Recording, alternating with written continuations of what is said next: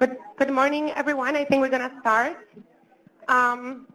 It is my great pleasure and honor to introduce our speaker for today, Dr. Yasha Kayan, who is one of the Abbott neurointerventional radiologists. He received his undergraduate degree from University of Illinois in Chicago, and then medical degree and all of his postgraduate training in radiology, neuroradiology, and then neurointerventional radiology at Warshu School of Medicine in St. Louis. He was awarded multiple awards by the Radiological Society of North America and also American Röntgen Ray Society for outstanding clinical research. And today he will talk to us about interventions for stroke. Welcome, Yash. Thank you for coming.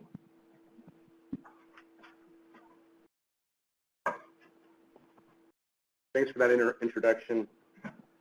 I'm kind of by nature a little soft-spoken, so if you can't hear me, let me know. Can everyone hear me okay? Okay.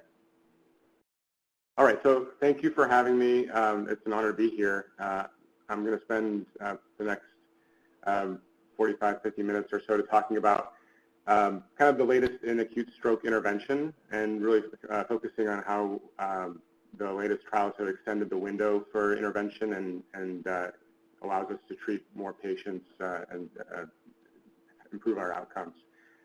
So unfortunately, Dr. Young isn't able to make it today. He's not feeling very well. He's got bronchitis, but I'm going to cover everything. So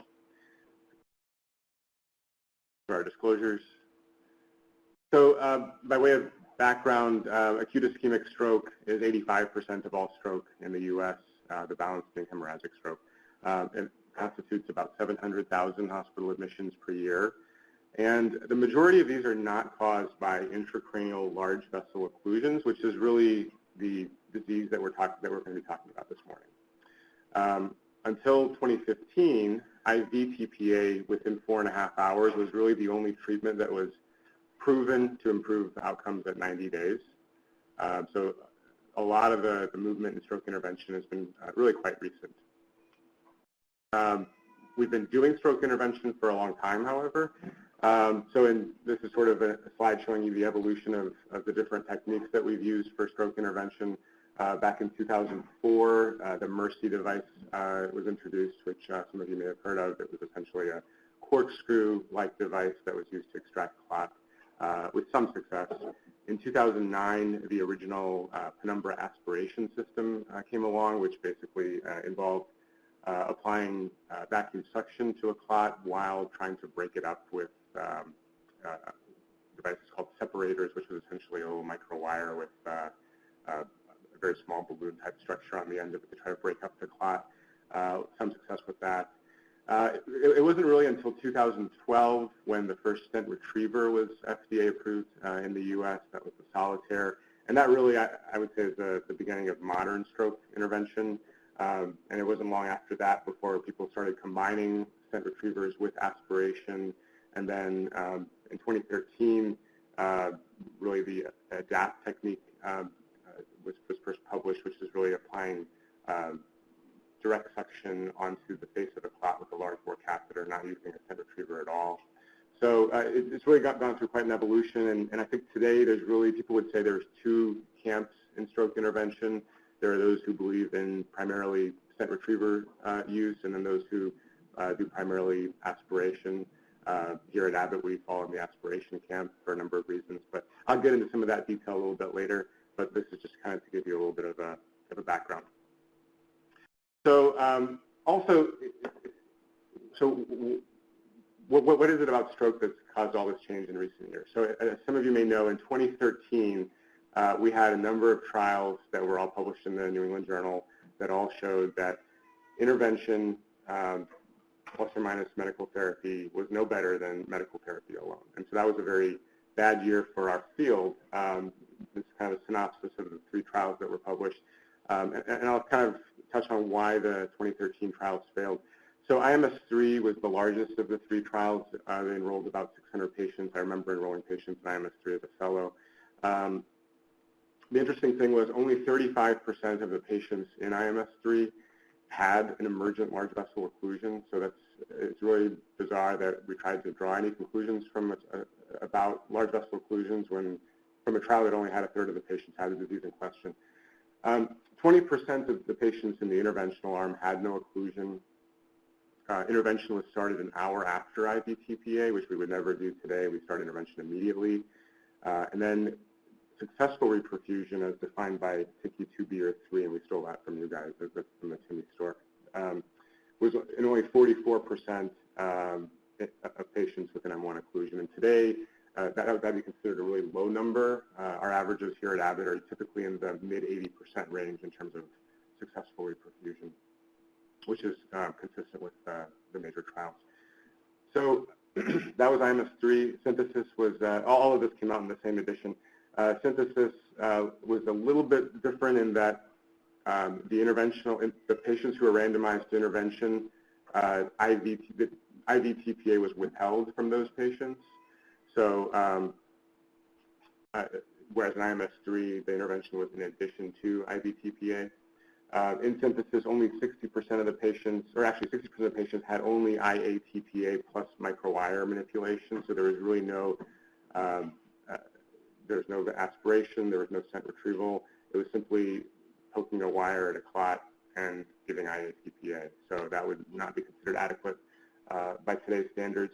The median IA TPA dose was 40 milligrams, which is probably on average about half of what an IV dose would be. So in the patients who were randomized to intervention, they had their IV dose withheld, so you could say that those patients were undertreated. And also the trial didn't even report extensive reperfusion or the time of onset, from onset to puncture or onset to reperfusion, so some notable limitations.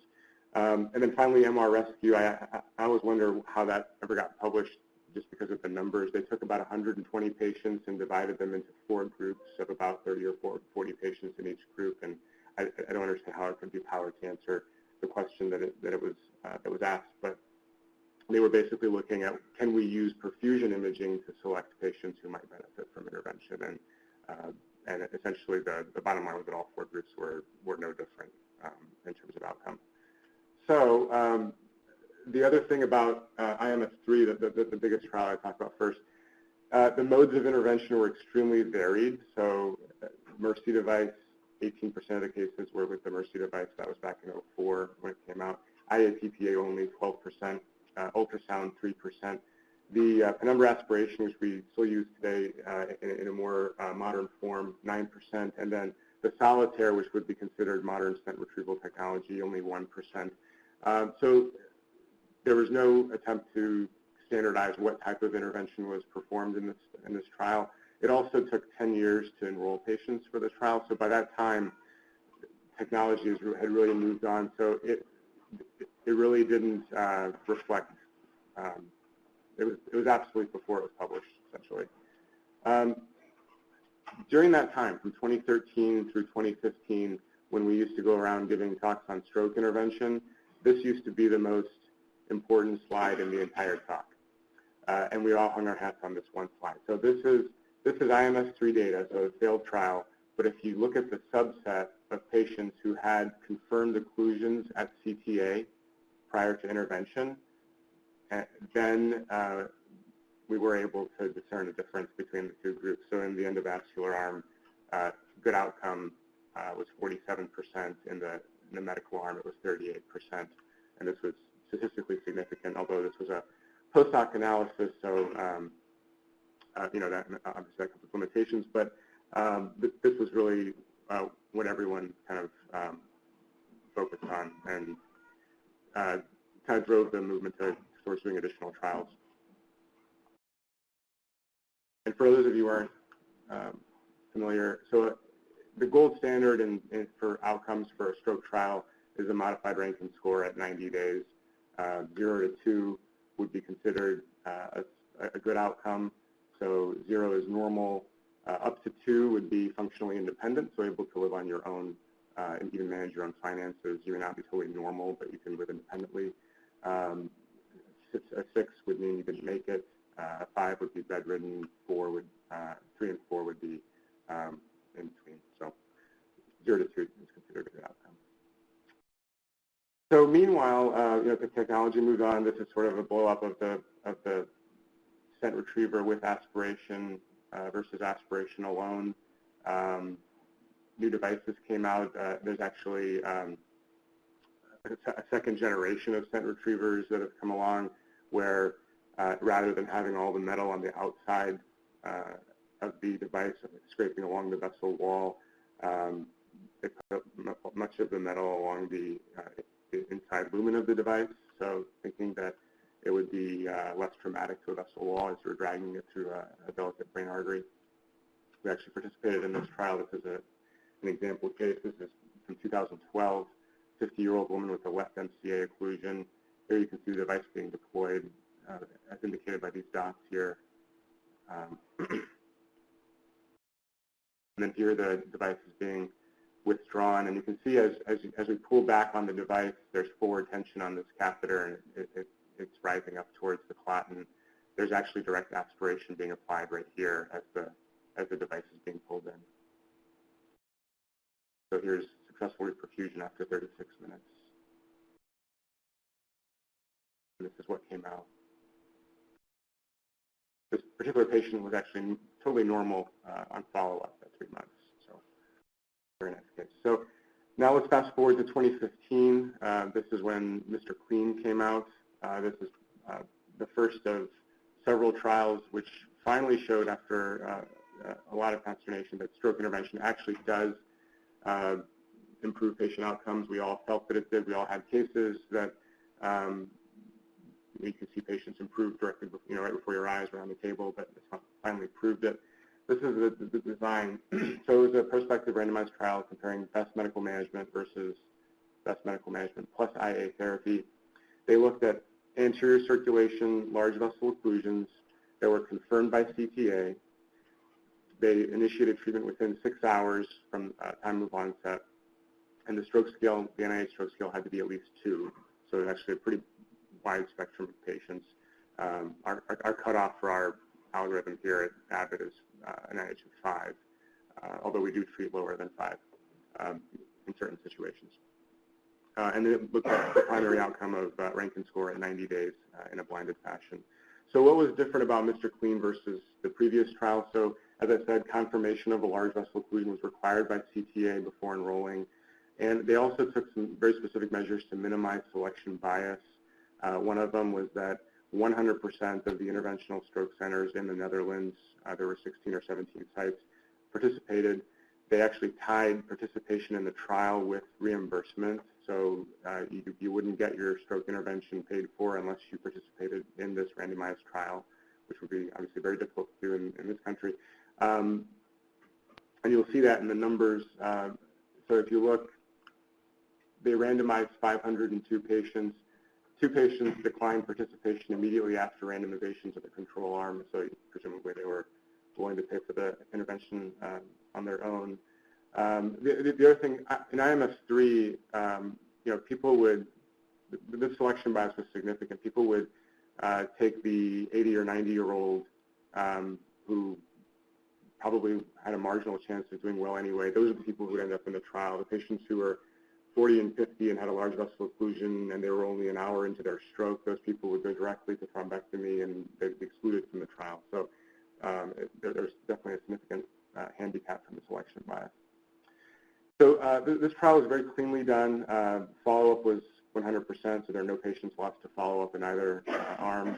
And the crossover rate was 3.6%, so fairly low.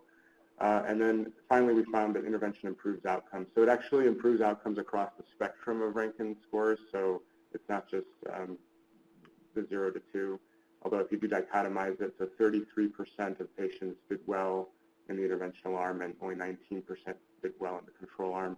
So of all the trials that came out subsequently, this probably had the lowest number of patients with a good outcome with intervention. I think a lot of the other trials are, as you'll see, are closer to 1 and 2. So I actually use these numbers.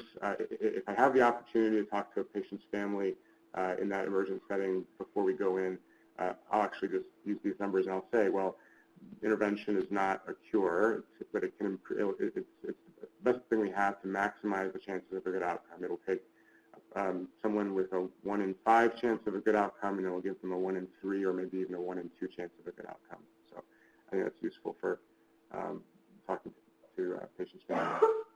This is the same data, so a third versus a fifth of patients doing well. The trial also showed that intervention is safe. So if you look at mortality at 7 days and 30 days, it's about the same in both arms. The rate of asymptomatic hemorrhage, which is a key quality indicator, was also about the same in both arms. If you look at all the subgroups, intervention benefits a broad population. So they broke it down in multiple ways by age, stroke severity as defined by the NIH stroke scale, time of onset to randomization, whether or not they got IV TPA as well, which most of them did. The location of the clot, so whether it was in the ICA terminus or in the M1 segment or distal, how much dead brain there was before the procedure, so that's defined by the aspect score, which I won't go into now, but and also whether or not there was a tandem occlusion in the neck, so that kind of gets us to the stroke etiology. So regardless of the subgroup, not all of these are totally significant, but there's at least a trend towards improvement with intervention. There are 4 additional trials that also came out in 2015. Escape, Extend IA, Swift Prime, Revascat. These were done in different places. Escape is sort of the Canadian version. Extend IA was Australia, New Zealand. Swift Prime was also done here in the U.S. Revascat was in Spain. So anyway, they all found the same type of results. The numbers are a little bit all over the place, but the consistent thing is that outcomes with intervention are better than with medical therapy, with similar mortality. So, so in 2015, we answered the question, does intervention help? And the answer is yes. So now we're moving on. So what is the next question that kind of naturally came along since all these devices were coming out was what's the best way to get the clot out? And so we actually have been fairly passionate about this particular question. This is our paper from 2015. This is actually the first direct comparison of direct aspiration versus stent retrieval technology that's in the literature. And what we found was the rate of hemorrhage, any hemorrhage, was higher with stent retriever versus aspiration alone. And also the ICU length of stay was longer with stent retriever than with aspiration alone. And actually we found that good clinical outcome was better with aspiration. So we theorized that aspiration is safer, has better outcomes because there's less metal to vessel wall interaction with aspiration with the new larger bore very flexible catheters that we have. But this is obviously a single center study. We also did a multivariate analysis and found that use of the ADAPT technique, which is the direct aspiration, was actually an independent predictor of a good outcome at 90 days, controlling for a number of things like age, sex, diabetes, smoking, et cetera. We've also kind of looked at our data over time. So if you look at kind of in the older era from 2011 to 2012 with the original aspiration system, it used to take much longer to get the clot out, hour and a half. It was fairly safe, but the N was very small. There's only 14 cases at that time. In the year 2012 to 2013, our volume went up. We were using a combination of stent retriever and aspiration, which we call lumbar technique. We got faster, so it went down to 52 minutes from puncture to reperfusion, but we started seeing the hemorrhages. And then when we switched over to primarily using aspiration as a first-line therapy, we got even faster still, and we got fewer hemorrhages. So that's been our local experience. There have been now 2 randomized trials that have come out trying to answer this very question, stent retriever versus aspiration. The first that was published was ASTER. This was done in France, 8 centers in France. They enrolled 380 patients and found that clinical outcomes were no different, but they did find that aspiration was faster. And then COMPASS, which we were one of the sites for COMPASS, was sort of the U.S. version of ASTER, very similar design and very similar results. The clinical outcomes and the angiographic outcomes were essentially no different between the 2 groups, but aspiration was faster. So, and it's also in the U.S. It's also significantly cheaper. The stent retrievers cost us $7,000 per device, so the hospital likes that too. Okay, so now we're switching gears a little bit more. So we went from does intervention work at all to what's the best way to get the clot out, which you know, people still have their preferences, and we found that even though all the 2015 trials were done primarily with stent retrievers, that aspiration is also a very valid and effective way of removing clot. So now last year, or no, 2 years ago, we had, we're trying to answer the next question. So can we get beyond 6 hours, or can we get beyond 12 hours? All of the trials that came out in 2015 were either 6-hour or 12-hour window. So there were 2 trials that were done to try to see if we could get out to 16 or even 24 hours. The first was Dawn. So this looked at going out to 24 hours. They looked at patients who had an infarct or lasted well 6 to 24 hours and an infarct that was less than a third of the MCA territory. They selected patients based on age, stroke severity, and infarct volume using Rapid software, which we use here at Abbott as well for patient selection. And so they really looked at trying to select those patients who had what we call a clinical and infarct mismatch by imaging. So people who had a severe stroke, high NIH stroke scales, and who had small infarct volumes. And there's a little bit of age stratification that was done as well. So they enrolled about 200 patients. They found no significant difference in most of the baseline characteristics, but there were some significant differences in the 2 groups. There were more AFibers in the interventional group, and this hasn't been proven, but probably those are easier to remove just because they're a little bit more consolidated, and you're not dealing with underlying atherosclerotic lesion.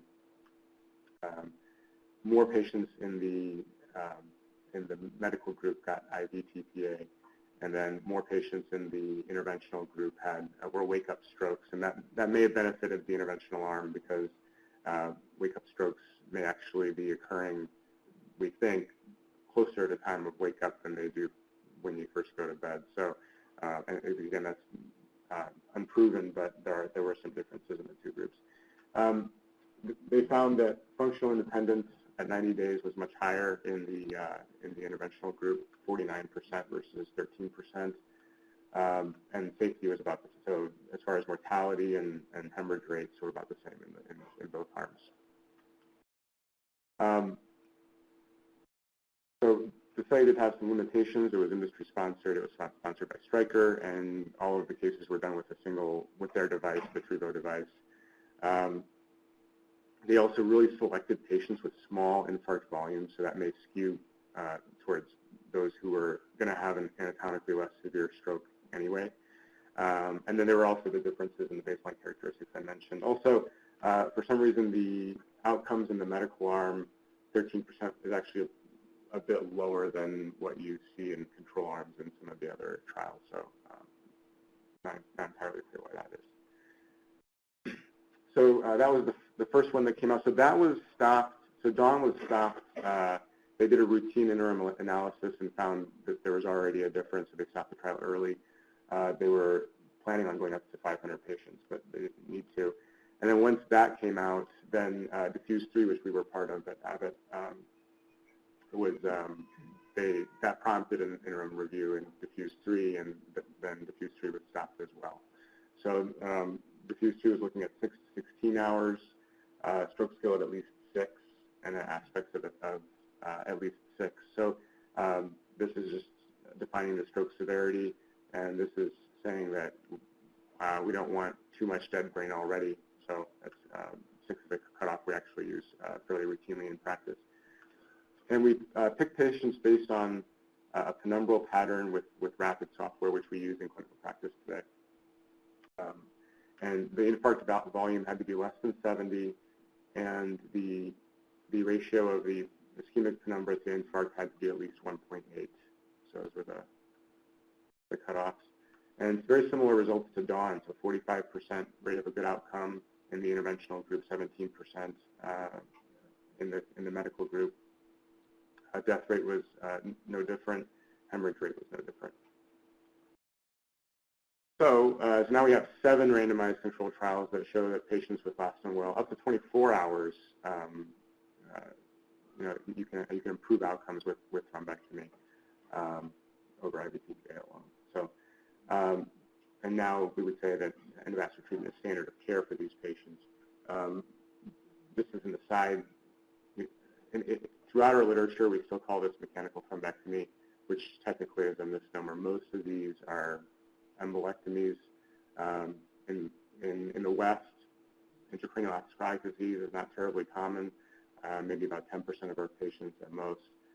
So most of these are either cardioembolic, 40% in our experience are cardioembolic, and then the balance would be from the carotid. So technically these are mechanical embolectomies, but that's just so now we have very robust data that shows that intervention improves outcomes. That being said, we still don't take everybody to the angio suite. We have selection criteria. And why do we have selection criteria? Because we only want to undertake the risk of an intraprocedural complication when it's warranted. And so this is sort of a collage of some of the disasters that we've had here. This is just a distal vessel rupture with extravasation. All of these led to patients not surviving. This is a diffuse subarachnoid here. This is an embolus to a previously uninvolved territory, so we have a successful reperfusion of the MCA, but now clot's gone out into the ACA and parts of the ACA. This is a case of a catheter retention, so some of the catheters we use are very delicate, and if you go around a lot of extreme tortuosity, we have had a case of just one, fortunately, a retained catheter fragment and a complete MCA infarct. So those are intraprocedural complications. We also want to minimize the frequency of a futile recanalization. So you may have an angiographically perfect procedure. This is a ICA terminus occlusion. All you're seeing here are external carotid branches. Here we have successful reperfusion of the left hemisphere, but we have the patient went on to a complete left MCA infarct anyway. So in this particular patient, we were too late. So we have guidelines as far as times and how much dead brain we'll accept beforehand, but every patient's collaterals are a little bit different, so sometimes, despite all of your best efforts, you'll still get this. And then sometimes you can get massive hemorrhage. So this is also angiographically a success, perfect case. But then a few hours later, you get this. This is a reperfusion hemorrhage. This is sort of the other side of it. This is the same process, except this patient with a futile recanalization that results in a hemorrhage. So that's why we're very compulsive about doing this in a very systematic way. And so we've come up with this. We've had this protocol for a long time, long before the trials proved that it worked. And this is hardly. This is probably the 50th version of this. We revise this periodically as new data comes out and practice changes. We meet quarterly and talk about this the protocol. So it looks complicated, but that's quite simple. We still always give IV TPA when appropriate.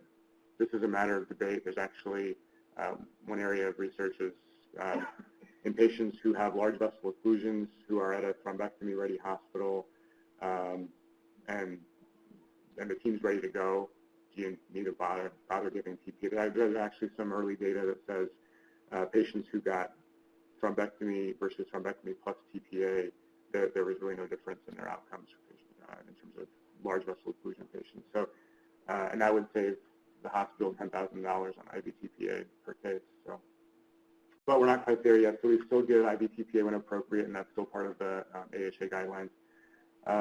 We've used stroke scale of 5 as a cutoff for global aphasia. We do intervene on less severe strokes on a case-by-case basis. Sometimes if you have an M1 occlusion and you have a young patient who's waxing and waning and their stroke scale is a 1 or 2, you may want to go and get it because that patient may have a rapid decline at 3 in the morning when people are typically a little more hypotensive and their collaterals can't keep up, and so you might be doing it later anyway. So there's a little bit. That's actually another area of research should we be intervening on less severe strokes. But as a general rule of thumb, we're using 5 for our guidelines. Then we use the non-contrast CT to calculate an aspect score, and aspects is basically a way to quantify how much dead brain there is on a non-contrast CT, and we use a cutoff of 5 for that. So a 10 means there's no dead brain, 0 means you have a complete infarction. So if you're young, and we're very liberal with young, if you're less than 90, and you have only a small core infarct, then you go down this pathway. If your last known well is within 6 hours, then you go to thrombectomy. So what this allows for is an expedited pathway for young patients who have a clear MCA syndrome, for example, and who are presenting early. You don't necessarily need to get advanced imaging. You don't even need a CT angiogram. We would take, depending on the clinical situation, we would take these patients directly to the angio suite. So, however, if you're beyond 6 hours, we do require advanced imaging. What this is saying is that we don't require it, but truth be told, probably 80% of our patients are getting CT angiography anyway, but this that does just allow for an expedited pathway. If you're beyond 6 hours or last known well is unknown, then we would move on to definitely a CT angiogram, but also CT perfusion, and then we use the Rapid software to calculate the ratio of the penumbra to the core infarct. It's actually pretty slick. So Rapid was the software that was used in the trials, the Fuse 3 and Dawn. As soon as the scan is done, the images are automatically sent to a server in California, where the process is completely automated. It processes all of the images and then sends an email to all of the members of the stroke team, and basically shows you the maps, it shows you the numbers, and the whole turnaround time is less than 5 minutes. So I can always tell, even if I'm on vacation, that, oh, there's a stroke going on at Abbott, because I'll get an email, which is not necessarily a good thing. But so if you're beyond 6 hours, we have to do that. The other thing is, if you're older than 90, it's not a strict cutoff, but the chances of having a good outcome in older patients is a lot less. And we despite the Mr. Clean data, which showed that intervention benefits a broad population, we know from our own local data and just from it's intuitive that older patients are going to do less well, and it's really it's a case-by-case thing. If you have a 92-year-old marathon runner, that may be someone that you might want to intervene on, but people have different baseline conditions. So. We also have a sort of a slightly, you guys notice that changed a little bit. So for posterior circulation strokes, it's a little bit different. The main difference is we use 12 hours to cut off instead of 6. We actually just did a vascular thrombectomy last night, which angiographically went perfect, but we'll see how she does. So I'm going to show you an example to kind of put this into a little bit more perspective. So this was, as an aside, our 131st direct aspiration case. 75-year-old woman with left-handed paresis upon awakening, stroke scale of 16. So this would be a nice diffuse 3 type of patient. So the non-contrast CT is normal. So aspects of 10, there's no core infarct. There's a right ICA terminus occlusion. You can see on the CT angiogram that you don't see anything else here on the right side. This is what you get from the Rapid software that comes to your email. So the left shows you the core infarct as defined by cerebral blood flow less than 30%. And then the right side is the ischemic penumbra, which is defined by a Tmax of more than 6 seconds. So you can see that the ischemic area is much larger, which you guys are used to dealing with this type of mismatch as cardiologists, right? So the ratio here is 9. So this is a great candidate for intervention. So here we are getting into the right carotid. You can see this is just a nice example of some of the tortuosity that you can encounter in these cases. And our devices today, we can navigate this type of thing fairly easily. This is a right ICA occlusion, so you're just seeing external branches here. Here we're navigating another 270-degree loop in the neck. Here we're going around the carotid siphon. This is the large bore aspiration catheter, which is brought into the carotid terminus. And then here's the tip of the catheter. We're slowly pulling it back under direct aspiration. You can see the patient's moving. All of these cases, almost all of them, we do under minimal sedation for a number of reasons. If you did them under, some people do these cases under anesthesia, but it takes longer to get anesthesia going. You can get transient hypotension from induction of anesthesia, and that can theoretically worsen your outcomes with stroke. So we deal with patient motion and so forth. It's just faster. But this was a successful reperfusion in 14 minutes. And this is the follow-up MR and CT. You can see that there's a little bit of, some people would describe this as a hemorrhage, but in reality, this is more contrast staining from loss of the blood-brain barrier with the ischemic injury. The patient did quite well. Her strength score was 2 at 3 months, so should be a good outcome. So using the selection algorithm that I just showed you, this is kind of how the numbers play out. So between 2011 to October of last year, there were 4,600 patients admitted with a primary diagnosis of acute stroke. It's about 53 patients per month. A good chunk are getting IV TPA, 23%. That's very high, actually, compared to a lot of centers around the country, so we're very proud of that. Overall, 7.6% of patients over the whole experience have gone to intervention. If you look at just the numbers in the more recent years, the number is closer to 10%. It has been as high as 12%, but there's some reasons for the changes. But so over the whole experience, 7.6% of all stroke patients are going to the angio suite. We've tried to do a number of process improvement projects to streamline this process to get this done faster, since we know time is brain. If you look at 2012, it took 122 minutes to go from ED arrival to arterial puncture, so over 2 hours. We got a little faster, but then once the positive trials came out in 2015, we really redoubled our efforts to get to the angio suite as quickly as possible. We just go sit in an empty ER bay and wait for the chopper to arrive and drag the patient over ourselves. We actually got into a lot of trouble for that. We were not being safe and so forth, but we did manage to change the culture around stroke. It used to be that people didn't realize something could be done for that, so the patient would just sit in the ER for minutes, hours. So we did change the culture around stroke during this year by literally dragging the patient from the ER ourselves. We got the number down to 35 minutes puncture to, or ED arrival to puncture. Now we don't have to do that anymore. People kind of get it. The numbers kind of settled out around 40 minutes or so on average it takes us to get to the angio suite. The purple bar is the procedure time. It's puncture to reperfusion. It's gotten shorter as well. It used to be over an hour on average, and now it's half hour to 45 minutes.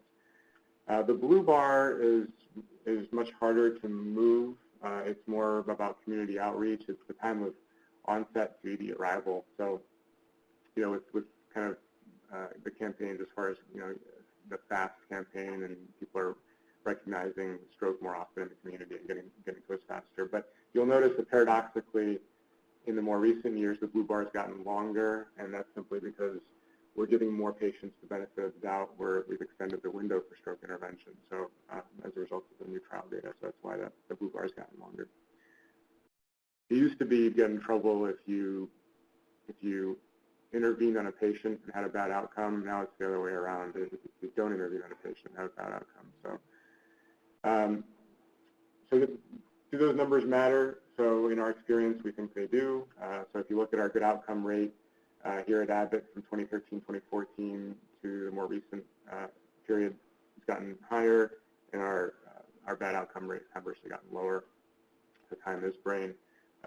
We've published this as well, showing a trend towards reduced mortality at 90 days. We've also gotten the numbers down for IV TPA as well. So if Mark were here, he'd give you a little bit more about that.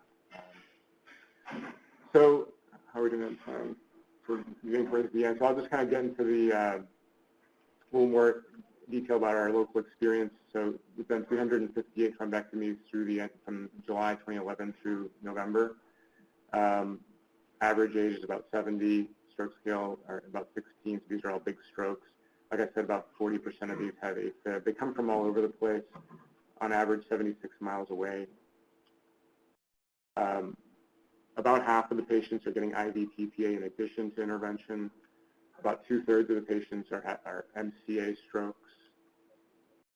About 1 in 5 have a tandem occlusion in the neck, so either a carotid or a vertebral occlusion. And then almost 1 in 10 also require an emergent stent deployment in the neck. We prefer not to put a stent if we don't have to, but that limits your options with antiplatelet therapy, or it requires you to use antiplatelet therapy rather in the setting of a large stroke potentially. So, successful recanalization rate 83%. On average, time from symptom onset to reperfusion 5.5 hours. We do run into complications. So intraprocedurally, 7% of the time. These are a number of different things. The one that people talk about a lot is embolus to previously uninvolved territory. So if you have an MCA stroke and you're pulling it out, you can have clot going to the ACA. And then kind of a grab bag of other things. Our symptomatic hemorrhage rate is actually fairly low. It's 4.5%. A lot of these are subarachnoids, which are primarily related to vessel manipulation. 2% rate of parenchymal hemorrhage. That's what you more typically think of as a reperfusion hemorrhage. And we also have futile recanalizations where you have a large territory infarct despite intervention. Some of them require hemicraniectomy. Fortunately, not a big number, only 6 cases. Many of these don't make it. A lot of them are more proximal occlusions. So if you have an ICA terminus or a basilar occlusion, you're more likely to have a futile recanalization as opposed to just an MCA occlusion because you have fewer collaterals. And then a lot of the patients with futile recanalizations were perfused beyond 5 hours from last known well. The ICU length of stay is about 3 days. Hospital length of stay is about a week. In-hospital mortality, about 15%. About a quarter go home, and 42% make it to rehab. So it's pretty good, you know, for patients who are having a large vessel, emergent large vessel occlusion, a very morbid disease. That's not bad. 18% don't make it. If you look at the rate of a good outcome here at Abbott is 47%, which is perfectly in line with the major trials. If we get the clot out, it's as high as 52%, so getting the clot out matters. And then conversely, the rate of a bad outcome is higher if you don't get the clot out. We've looked at the numbers for those delayed presentation, you know, people, the 6 to 24-hour people, which constitutes about 1/5 of our cases now. They have a 40% rate of a good outcome, so it's still quite favorable, not quite as good as the early presenters, but there's no statistical difference. So here's Abbott data compared to Hermes, which is the meta-analysis of all of the 2015 landmark trials, Dawn and Diffuse 3, which are the late arrivals. So very similar numbers. So good outcome rate, all in the mid 40% range. Symptomatic hemorrhage rate in the 4 to 5 or 6% range. So we've actually looked at how these patients do at long-term follow-up. So as I said, gold standard for stroke trials is how people are doing at 90 days. But we wondered, well, how are people doing, you know, 2 years out? And so we went back and looked at this. So on average, 22-month follow-up, there is a reduction in disability. So for patients who had a Rankin score of 3 at the 90-day mark, 22% of those patients turned into a 2. So so they've become a successful outcome. And then those who have an MRS of 4 at 90 days, 1/3 of them become 3s, and 5% even go down to 2. So there is some reduction in disability with continued rehab. So a little bit about optimizing things. So we've really focused on process improvement, getting the times down, but we also have optimized things in the angio suite itself. So before a patient even arrives, everything's set up. We have what we call the access burrito, which you may have in cardiology too, but everything you need for groin access is wrapped up in this little burrito, which is a lidocaine like a puncture set and an 8-French sheath. All of the reperfusion devices are already prearranged. And then I'll just show you a couple other example cases and then we'll call it quits. So this is a 81-year-old woman with a normal head CT. She is having a severe stroke, NIH of 18, right-sided weakness. She has a left M1 occlusion. Here's what it looks like on angio. Here is the, this is the reperfusion catheter going into the left MCA. There it is there. This is 11 minutes later, successful reperfusion. She's totally normal. Her MRI was normal too. Another case, 69-year-old. So this is a little bit more of an unusual case for us, not unusual, but less common. This is intracranial atherosclerotic disease and a left M2 near occlusion out here. So just to show that we are pushing the envelope a little bit in terms of we're not just dealing with, quote, large vessel occlusions out to M1. We also do M2, and we've done M3s and 4s on rare occasions as well, because we do have the devices to get out there, depending on the situation. So this is a little more distal occlusion. Here's the position of the reperfusion catheter, and we have a successful reperfusion after 29 minutes. Totally normal.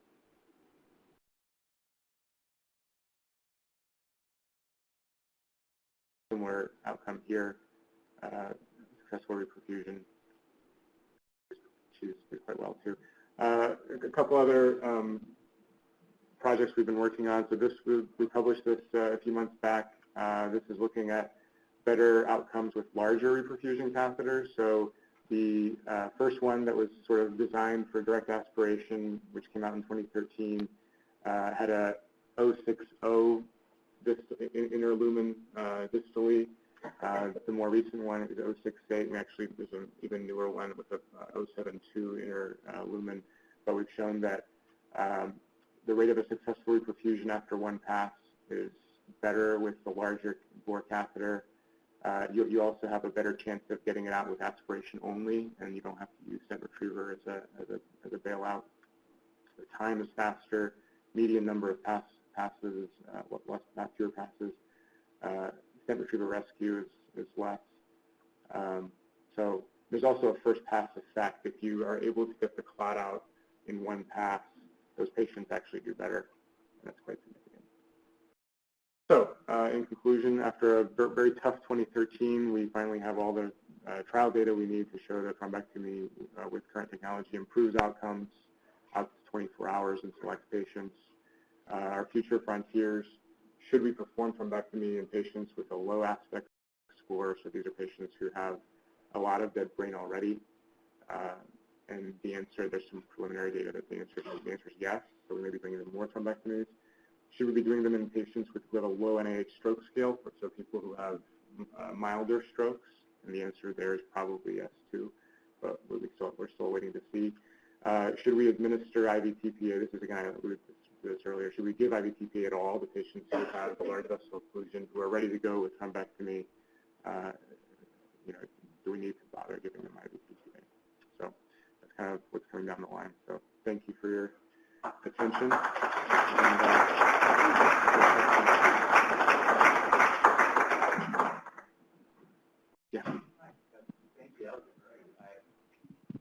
I'm not clear about when you use 2B3A inhibitors in the relationship to anyone who might have had IV TPA.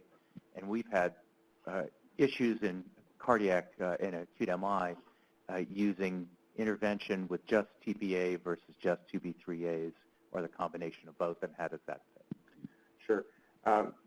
So with 2B3A inhibitors, we used to give them more frequently. The main indication to do that in a acute stroke setting would be is if you're placing a stent. And we used to give it simply for placing a cervical stent, but we've had a number of cases where people have had big hemorrhages with 2p3 inhibitors on board. So we currently don't give them at all if it's just a cervical stent. We consider giving them if it's an intracranial stent just because it's a smaller vessel, so it's more likely to reocclude. So that's kind of where we are. But we prefer other antiplatelet agents. So right now we're sort of working on what we'd like to protocolize that a bit more than we have for intracranial stenting, and we prefer using ticagrelor, which has a relatively fast onset, and we would just put an NG tube down and give ticagrelor, so as opposed to a 2p3 inhibitor. Yeah, fascinating talk and discussion and how the field has evolved. A couple questions. One is that first slide that you showed, the 4,600 patients that presented. It's just a very small minority that gets to the suite there. There is the right-sided arm. Could you please comment on what happens to those patients and why do they not receive either TPA or any intervention? What do they get? It's just that they get clinically better. And the second question that I had for you is the equivalent that you mentioned briefly on, we see in the cardiac, the microvascular obstruction. So angiographically, the vessels is patent is downstream. Do you have the equivalent on the cerebral circulation? What you do? Yeah, good question. So for the first question, the patients who aren't getting intervention or aren't getting IV TPA, those are either late arrivals. So if you're beyond 4.5 hours, you wouldn't get IV TPA, or they are very for intervention. They could be very distal occlusions, or they could just be small vessel strokes, like a small vessel basal ganglia hypertensive type of stroke, as opposed to a large vessel occlusion. Or they have some contraindication to IV TPA, like major cardiac surgery. Our stroke neurologists are fairly liberal with contraindications for IV TPA, so we're more likely to give it than not. If you had a minor procedure, your knee scoped or something like that, we would just, you're balancing the risk of a large stroke versus a hematoma somewhere. We would typically err on the side of giving IV TPA unless it was something major like a cabbage or something like that. So yeah, so that's typically the people who aren't getting intervention are those types of people. And then the other question was microvascular obstruction. Yeah, so we've evolved a little bit on this. So we used to use TICI-2. So TICI-2B is at least 50% of the vascular territory reperfused, so that would be considered a successful reperfusion. So that was kind of everything was either, if it was 2B or 2, that was sufficient. We got so in more recent years we've gotten a little more nuance. We have a TICI-2C, which is because obviously there's a difference between just over 50% and then totally normal. But then there's a lot of patients who are not totally normal; they're almost there, but it's not quite perfect, so you can't call it a TICI-3.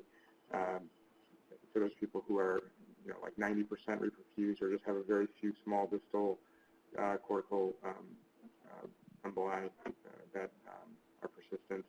But beyond those types of things, no one's looked at the angiographically normal, like the TICI-3. Is there a microvascular issue beyond TICI-3 that we can't see angiographically? And there's probably not, because we do diffusion. Most people do MR the next day, and so on a diffusion-weighted scan, you can, if you were to see tiny little emboli, diffusion is very sensitive. It's a very small infarct, so we don't typically see kind of a scatter distally on a diffusion scan. So, and I think the reason for that is that a lot of these, if they're embolic phenomena, most of them are kind of an organized chunk that comes out on block, so to speak, as opposed to what you guys deal with mostly, which is more of an inside tube type of.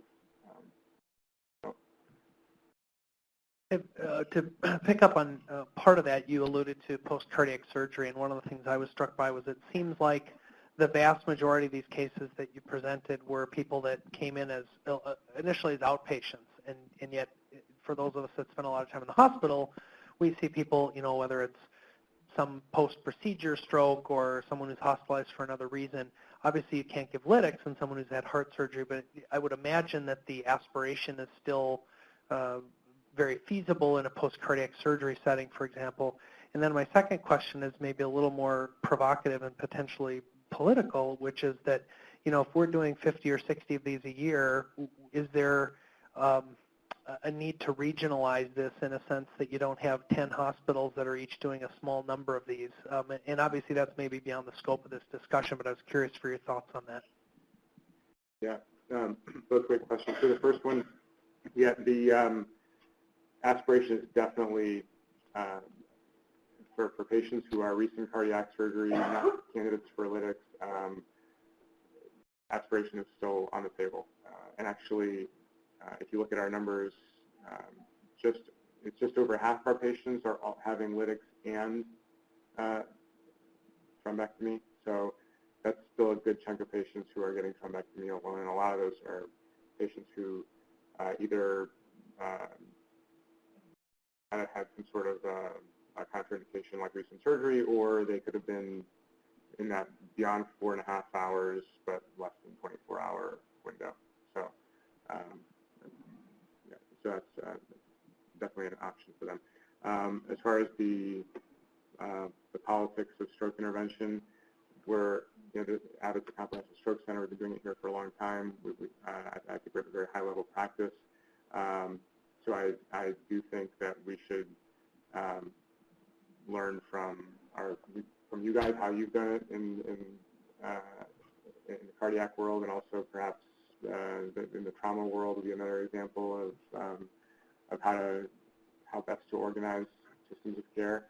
But I do think there is definitely a problem with diluting the volume, and I think anything you look at, the more you do it, the better you are at it. And there's a lot of Medicare data for a lot of different procedures that are done that proves that. And so this is a high stakes but relatively low volume game. And so you've got to have a place where some expertise can be developed.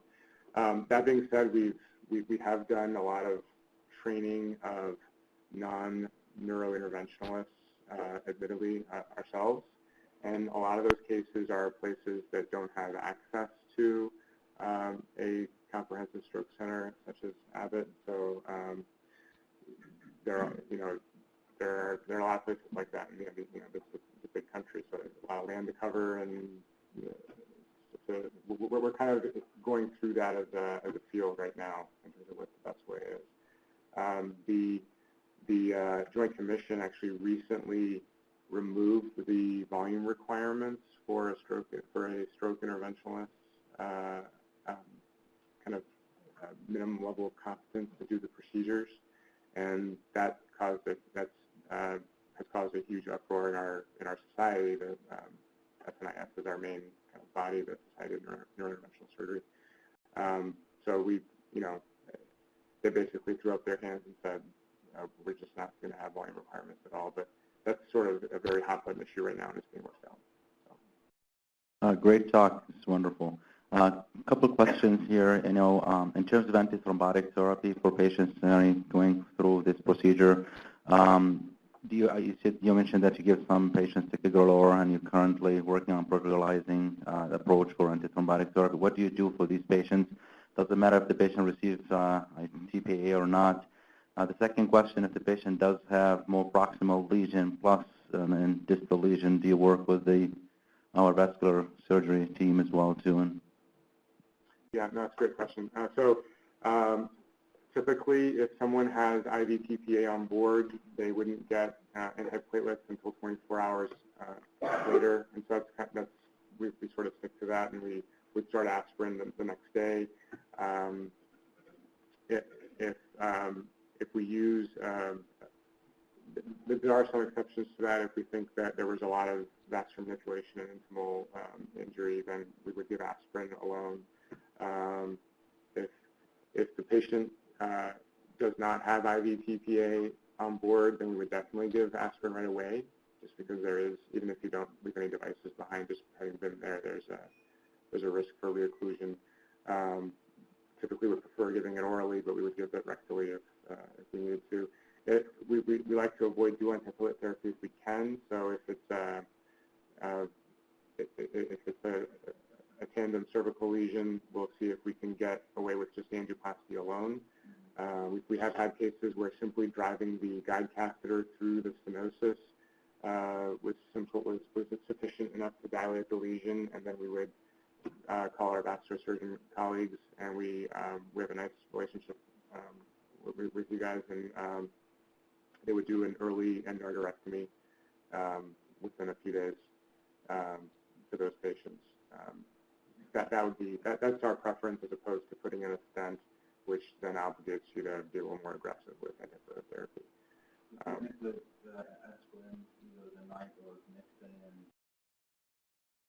If there's no stent left behind, then we wouldn't do dual. If there is a stent, then we would add usually ticagrelor in the urgent setting.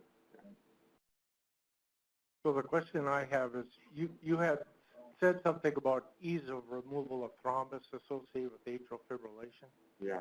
And part of that also is, so if you look at that group of patients that did well 22 months later, were those the ones that had an embolus from somewhere else and actually their intracranial vessels are pretty good, and then by the fact that they get put on antithrombotic therapy, that's what proves to be the winner, or not so? Yeah, I think the people who have intracranial athero don't do as well, just because, one, it's harder to get the clot out, and they have an increased chance of reocclusion, and they have in the short-term setting, and also they have an increased chance of a recurrent stroke in the longer term. So those patients who, the patients who do quite well are the newly diagnosed AFib, who now we've figured it out, and they get put on anticoagulation, and they have time to recover.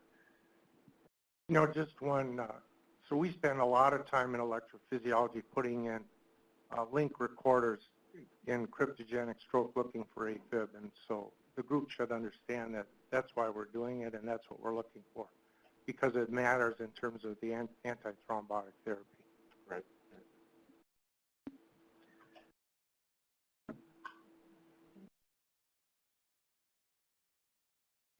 Thank you. So traditionally, strokes from AFib have worse prognosis. They tend to do worse. Could this change that? I mean, do patients with AFib who end up having thrombectomy because of the ease of removal end up having better prognosis if they get the intervention versus patients who have intracranial atherosclerosis? That's a great question. That's not been proven, but I think that that'd be an interesting topic to look at. I think it is easy to take out something that's had a little bit of chance to consolidate. It didn't do worse, but then now we're saying, well, yeah, it's easier to treat with this new. Right. There's also actually we're doing this other study called the STRIP trial, which we're actually submitting the clots to a lab, and then we're having the pathologist take a look at the clot composition. And one of the things that's coming out from that is what we call cryptogenic stroke, which we typically attribute to, we think that a lot of these cases are AFib or undiagnosed AFib. We may be underdiagnosing large vessel athero, and that's based on some of the fraction of platelet composition of some of the clots that we've been submitting.